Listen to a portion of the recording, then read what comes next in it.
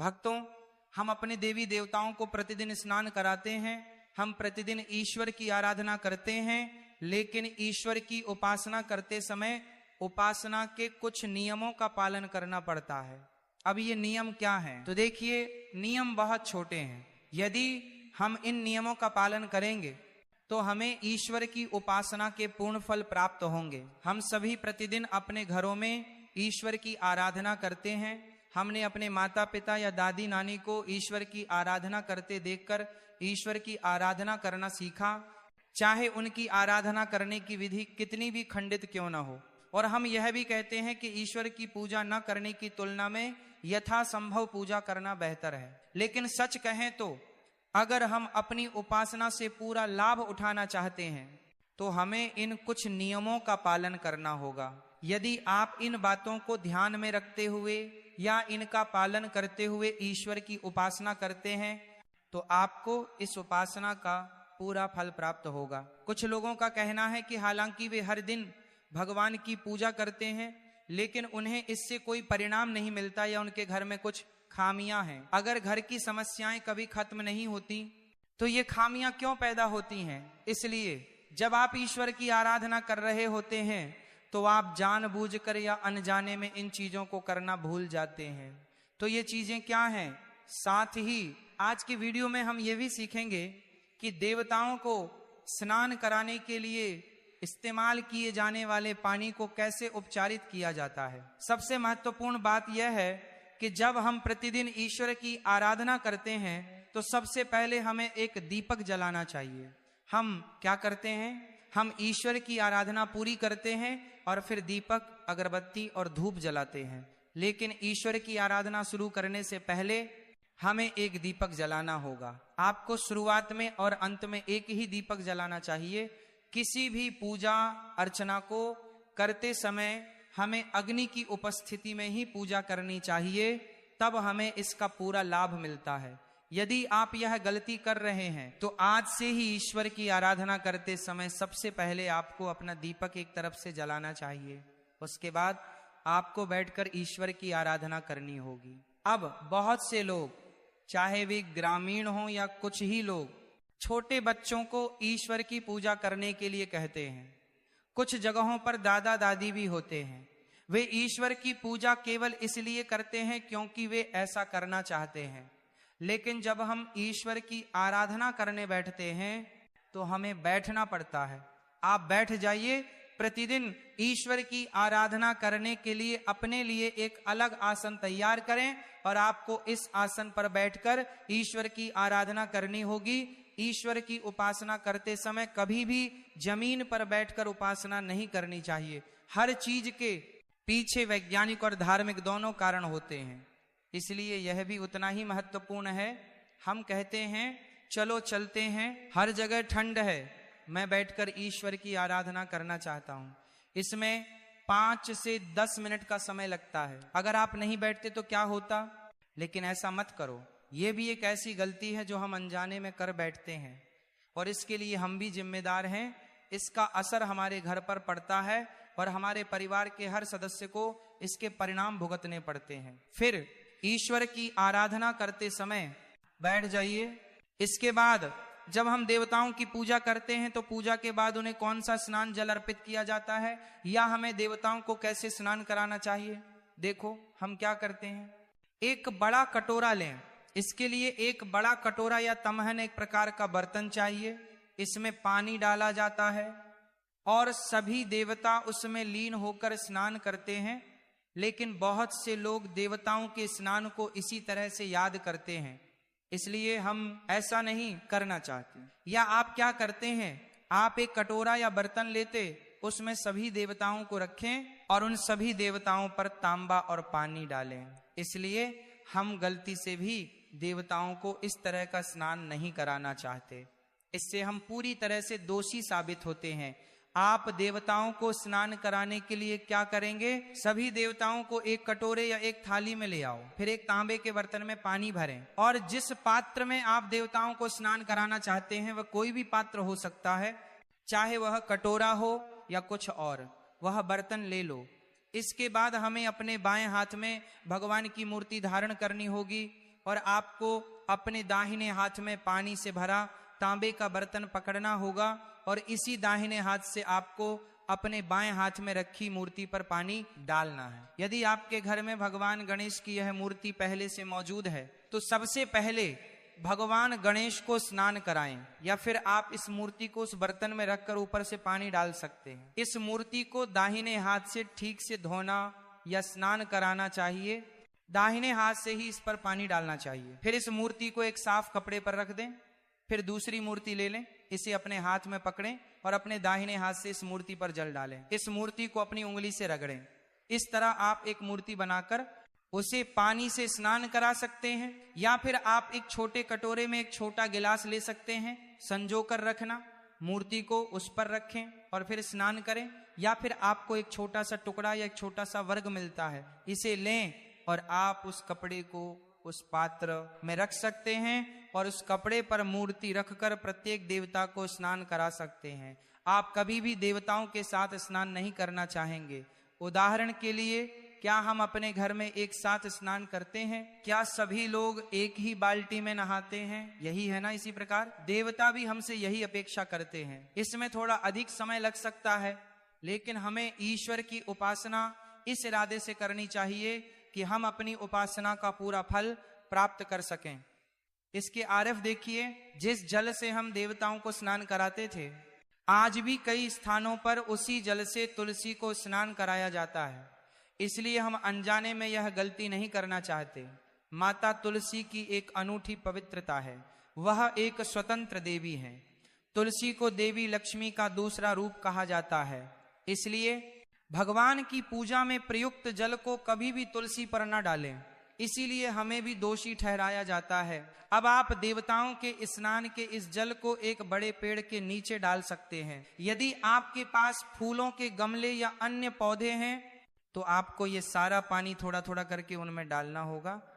आपको इस पानी को कभी भी सड़क या फुटपाथ पर नहीं डालना चाहिए, या फिर आप इस पानी को अपने वॉश बेसिन में भी नहीं डालना चाहते, या फिर हम इस तरह से पानी नहीं डालना चाहते जिससे किसी के पैरों के नीचे पानी आ जाए। इसलिए हो सकता है कि इस जल क्षेत्र में कुछ स्थानों पर अब पेड़ ना हो या कुछ लोग फ्लैटों में रह रहे हों। अगर उनके पास पेड़ या गमले नहीं हैं तो वे आपके फ्लैट में आएंगे और आपके चारों ओर बड़े बड़े पेड़ लगा देंगे। यदि आपके पास बगीचा है तो आपको इस पानी को वहां मौजूद बड़े पेड़ों की जड़ों में डालना चाहिए, या फिर वे लोग जो वहां नीचे रहते हैं लेकिन उनके पास कोई पेड़ नहीं है तो ये पानी उनके आसपास के पेड़ों के नीचे ही होना चाहिए। देखना, इससे हमें इन देवताओं के जल की पवित्रता बनाए रखने में मदद मिलती है। सबसे महत्वपूर्ण बात यह है कि ईश्वर की आराधना के लिए हमें किस प्रकार का और कौन सा जल ग्रहण करना चाहिए। कई जगहों पर नहाने से पहले इस पानी को भरा जाता है और आप इस पानी का उपयोग पूजा अर्चना के लिए करते हैं। इसलिए हम ऐसा नहीं करना चाहते। आपको स्नान करना चाहिए, फिर आपको इसे पानी से भरना होगा, वह जल जिसे आप पूजा के लिए ग्रहण करते हैं। मैं उस पानी को साफ करना चाहता हूँ। आपको नहाने के बाद इस पानी को फिर से भरना होगा। जिन लोगों को 4-5 दिनों के बाद या अभी अभी पानी दिखाई दे रहा है, उन्हें क्या करना चाहिए? तो फिर वे इस पानी में प्रतिदिन कैसे नहाते होंगे? इसीलिए जिस दिन आपको पानी मिले उस दिन आप स्नान कर सकते हैं और उस पानी को एक बर्तन या घड़े में रख सकते हैं, जिसे आप अपने देवता के मंदिर के एक तरफ अपने अलग देवता के लिए भर सकते हैं। और प्रतिदिन स्नान करने के बाद आप इस जल का उपयोग अपने मंदिर में देवताओं की पूजा करने के लिए कर सकते हैं। अब जिनके ऊपरी टैंकों में पानी भरा हुआ है, वे क्या करेंगे यदि पानी सीधे उनकी रसोई में आ जाए? इसलिए उनके पास उन्हें देखने के अलावा कोई विकल्प नहीं है, तो उन्हें क्या करना चाहिए?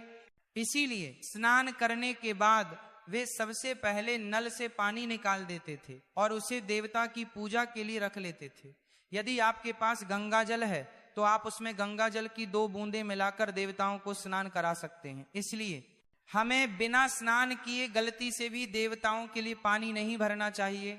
या फिर आप पारों के हाथ से पूजा के जल को छूना नहीं चाहते, या यदि आपके घर में संग्रहित जल को बिना स्नान किए दूसरों ने छुआ हो और आप उसी जल का उपयोग पूजा पाठ के लिए कर रहे हों, तो आपको अनजाने में भी ऐसी गलती नहीं करनी चाहिए। इसके बाद यदि आप अपने मंदिर में तेल का दीपक और घी का दीपक जला रहे हैं तो आपको इसे कहाँ जलाना चाहिए? यदि आप तेल का दीपक जला रहे हैं तो आपको उसे ईश्वर के बाईं ओर रखना चाहिए, और यदि आप घी का दीपक जला रहे हैं तो उसे भगवान के दाहिनी ओर रखें। इसका अर्थ यह है कि आपको अपने बाएं हाथ में घी का दीपक रखना चाहिए और आप अपने दाहिने हाथ में एक तेल का दीपक रखना चाहते हैं। इसके बाद हमें देवताओं को अर्पित किए गए फूलों को सूखने के बाद कभी भी अपने घरों में नहीं रखना चाहिए, हमें इसे तुरंत ठिकाने लगाना होगा, या फिर आप इन फूलों को किसी पेड़ के नीचे या अपने किसी गमले में दबा सकते हैं। तो देखिए, वह भी एक प्रतिभाशाली व्यक्ति थे और इसका उचित निपटान भी किया जाता है। और हमें देवताओं के फूलों को कभी भी कूड़ेदान में या इधर उधर नहीं फेंकना चाहिए, नहीं उन्हें रौंदना चाहिए, इससे भी हमें कष्ट होता है। अब देवताओं के मामले में चाहे कितनी भी चीजें हों, चाहे कितनी भी वस्तुएं हों, हमें इस पवित्रता को बनाए रखना होगा। ऐसे फूलों को गलती से भी अपने घर में न रखें और न ही उन्हें घर के किसी भी कोने में फेंक दें। इसमें हमें थोड़ा समय लगता है, लेकिन हमें इसे वहीं रखना होगा जहां यह होना चाहिए। इसके बाद उस हल्दी को देखिए जो हम देवताओं को अर्पित करते हैं। तो अब हर देवता हल्दी लगाना चाहता है तो नहीं। देखो, आप देवी की मूर्ति पर हल्दी और केसर लगा सकते हैं। यदि आपके मंदिर में दत्ता की मूर्ति है तो आप चाहेंगे कि उन पर अष्टगंध चिकित्सा लागू की जाए। इसके साथ ही यदि आपके पास बाल कृष्ण की मूर्ति है तो यदि आपके पास अष्टगंध या रोजवुड उपलब्ध हो तो उसे लगाएं। यदि आपके पास भगवान शिव की मूर्ति या शिव पिंड है तो देखें, आपको कभी भी गलती से हल्दी नहीं लगानी चाहिए। इसी कारण भगवान शंकर क्रोधित हो जाते हैं और हमें अनजाने में ही इसके परिणामों को भुगतना पड़ता है। यदि आपके पास शिव पिंड, भगवान शिव का अवशेष है तो आपको उसे जलाकर राख कर देना चाहिए। आपको सफेद राख और चंदन का उपयोग करना है। इसी प्रकार यदि हमारे पास विट्ठल रुक्मिणी की मूर्ति है तो हमें विट्ठल पर अबीर बुक्का या अष्टगंध लगाना होगा। रुक्मिणी की मूर्ति को हल्दी और केसर से सजाया जा रहा है, हमें उन छोटी छोटी बातों का पालन करना होगा। स्वामी समर्थ की मूर्ति होने पर भी हमें उन पर कभी हल्दी और कुमकुम नहीं लगाना चाहिए। इसलिए हमें अपने मंदिर में ऐसी छोटी छोटी बातों का ध्यान रखना होगा। इसी प्रकार हम अगरबत्ती जलाते हैं, अब तो बस राख ही बची है। अब कुछ लोग इन राख का क्या करते हैं, झाड़ू लगाते समय सपली भर जाती है और उसे फेंक दिया जाता है। इसलिए ऐसा मत करो।